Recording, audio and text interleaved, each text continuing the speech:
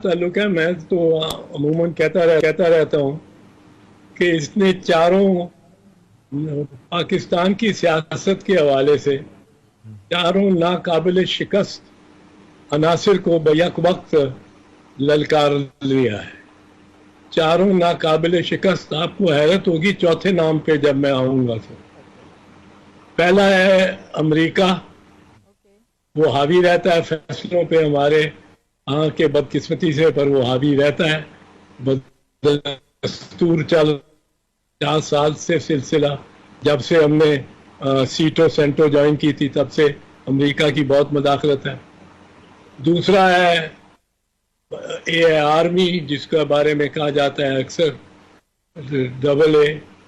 तीसरा है अदालत, और चौथा शरीफ खानदान।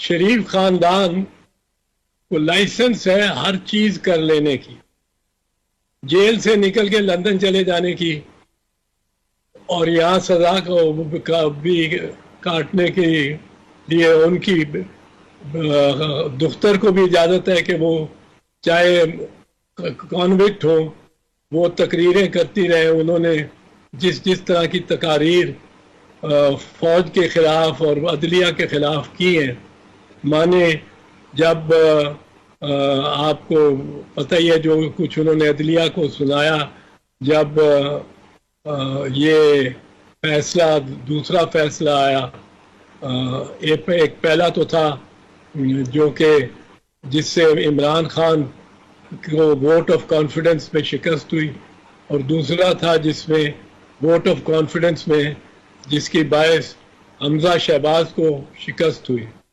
तो उसके बाद जो आपने फरमाया वो तो कोई सुनने वाला के कौन सुन सकता है, जजों की हिम्मत है कि सुन गए।